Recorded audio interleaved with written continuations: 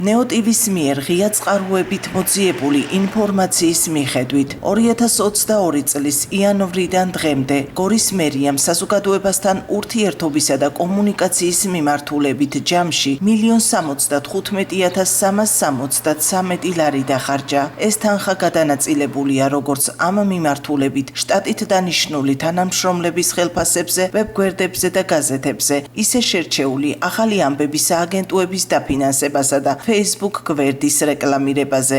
ნეოტივის წარმომადგენლები ამბობენ, რომ ეს ხარჯვა წარმოშობს ლეგიტიმურ კითხვებს იმასთან დაკავშირებით, თუ რამდენად ეფექტურად იყენებს გორის მუნიციპალიტეტის მერია მის ხელთ არსებულ საინფორმაციო რესურსებს, მათ შორის ოფიციალურ ვებგვერდს, გაზეთს, საიტს და სოციალური ქსელის გვერდს საზოგადოებისთვის. ჯამში 1,75,363 ლარი არის ამისთვის დახარჯული.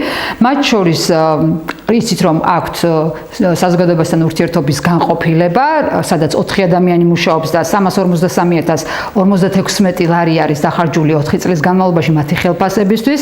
სოციალური მედია, ანუ Facebook რეკლამირებისთვის 325,072 ლარი დაიხარჯა, ხოლო 21,845 ლარი არის დახარჯული კერძო მედია საშუალებებთან. ეს არ არის ადგილობრივი მედია საშუალებები, ეს არის ერთპიროვნულად მათი მხრიდან შერჩეული მედიები, IPN-ი და Front News-ი და ამისთვის ყოველწლიურად იხარჯება თანხა. საკითხის კვლევის შემდეგ ნეოტივის წარმომადგენლებმა ვრცელი სტატია მოამზადეს, სადაც რეკომენდაციები გაიცა, თუ როგორ უნდა ხდებოდეს უკუკავშირის შეფასება.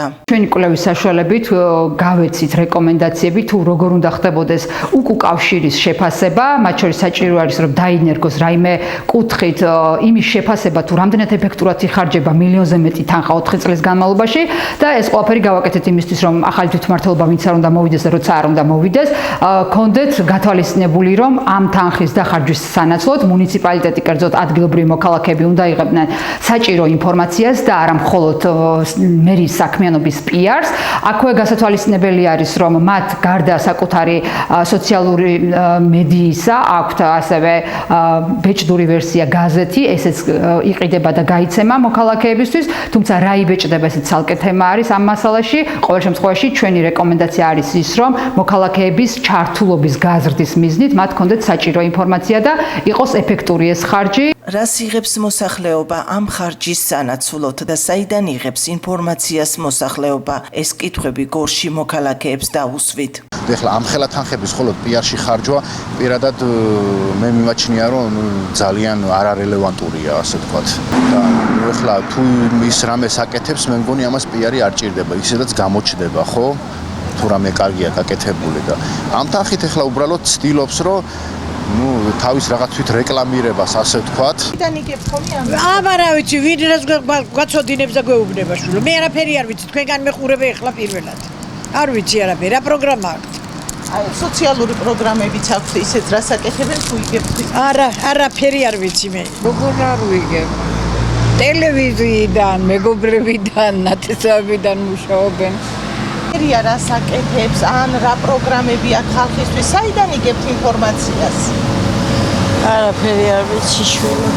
თვითონ მერიას რა პროგრამები აქვს, ან რა საქმეა, რომ მოსახლეობა საიდან იგებს, ან საიდან იგებთ ინფორმაციას? რა ვიცი, ქალაქში რა ვიცი, ვერანაირად ვერ ვიგებ. ჩვენი ქალაქის მდგომარეობას ვერ ვიგებ. რასაც შევხედავ და დავინახავთ, მაგითო თორე. უნდა აგებ, რას ფიქრობთ, უნდა გქონდეთ ინფორმაცია მოსახლეობას, რა გაკეთდა, რა ვერ გაკეთდა? რა თქმა უნდა.